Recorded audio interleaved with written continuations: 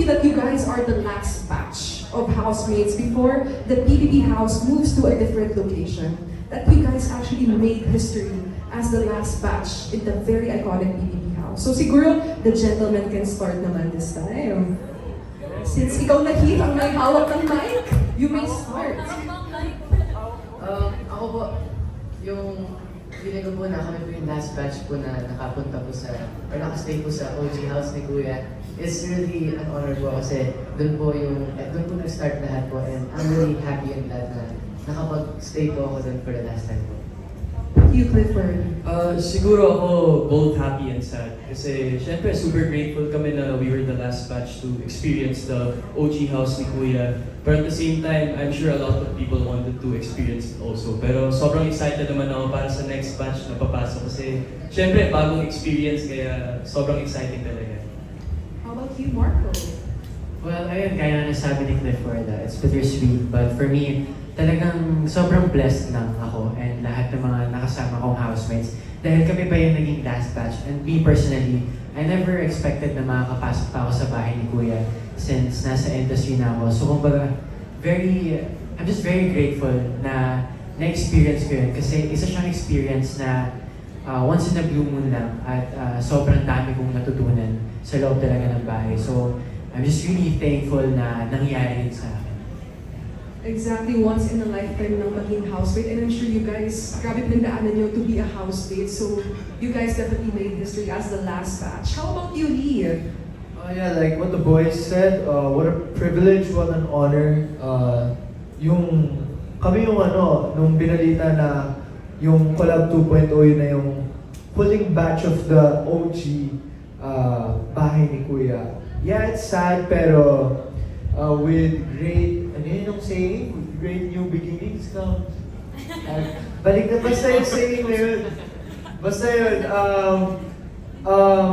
I'm excited, honestly I'm excited din sa mga paparating din na housemates in the future. Kasi, imagine mo, like, fast forward in the future, parang, the term housemate, parang masarap na ipagmalaki, na parang ikwento sa mga future generations, sa mga susunod sa amin na parang masarap ikwento at sabihin na parang alam mo ba naging OG housemate ako dun sa lumang bahay ni Kuya. So, it's gonna be a nostalgic feeling and it's an experience you can't relive, honestly. Kaya, when we were in that house, we cherished all the moments. And actually, nabigyan kami ng opportunity na bisitahin mamaya yung bahay for one last time. Yeah.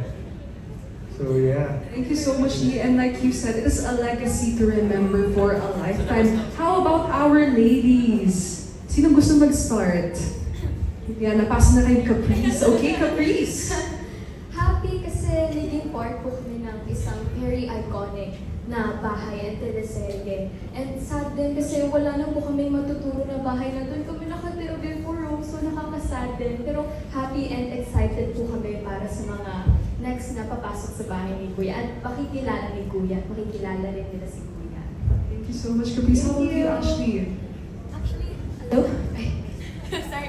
Actually, ako po hindi po namin, I think we have no idea po na kami po pala yung magiging last batch. Pero, ayun po, now na nalaman po namin, ako po, I feel really happy na we got the opportunity po na makapasok po sa OG nga po na bahay po ni Kuya, which changed so many lives. And we're so happy po na nakapag-create din po kami ng memories po namin doon sa loob po ng bahay ni Kuya.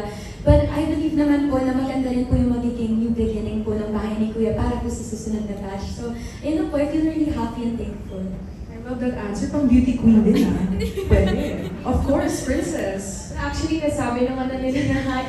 But ayun nga, we're very honored and very grateful na out of all the people, kami yung mga housemates na napili to close this chapter. Of course, sobrang tagal din nun. OG house, parang like 20 years, 21 years. So, ayun, sobrang happy lang din namin na naging part kami ng history.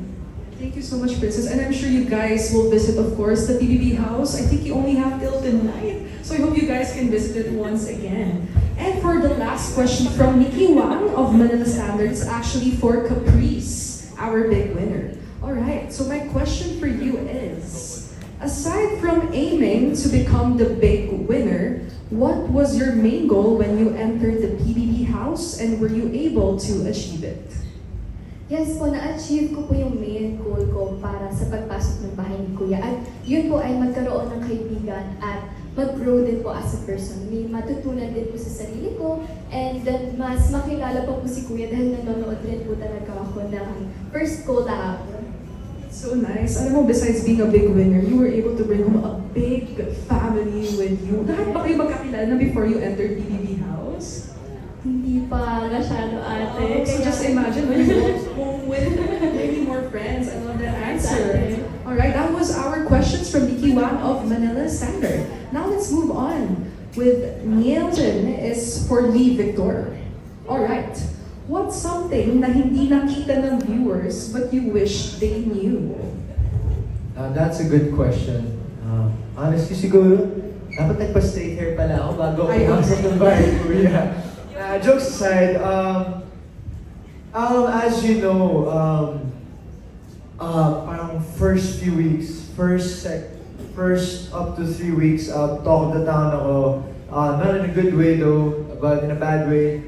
But you know, clueless me, syempre wala kaming alam tungkol sa outside world. Clueless kami, no outside information, no social media, no anything, nada. Kaya nung na-evict na ako, and it's time to scroll, time to check social media, ano mga nangyari. So binalita sa akin, ayun na nga.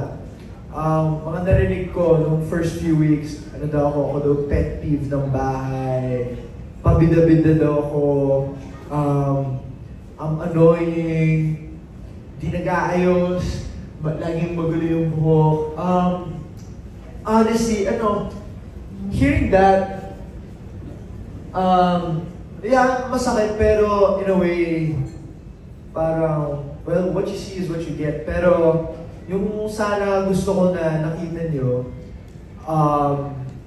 ako, as much as I wanted to be a leader for the house, kung update kayo, they nominated me to be the leader of the whole house. Hindi lang sa chores, kung hindi sa lahat. Kaya tawag sa akin, leader.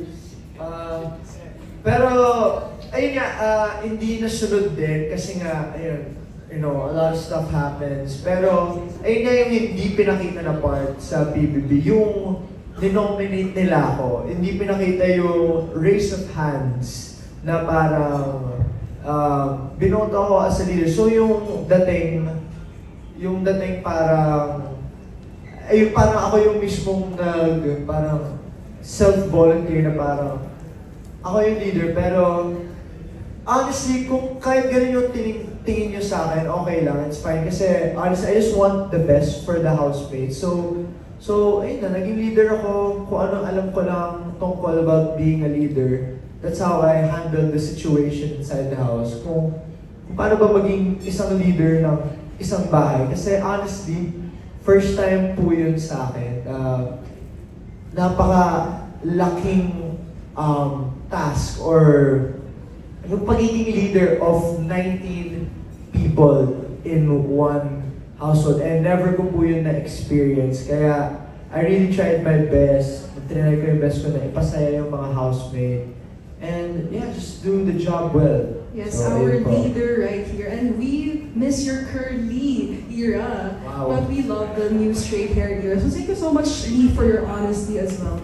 Now, my next question is for Clifford. Ito medyo tapak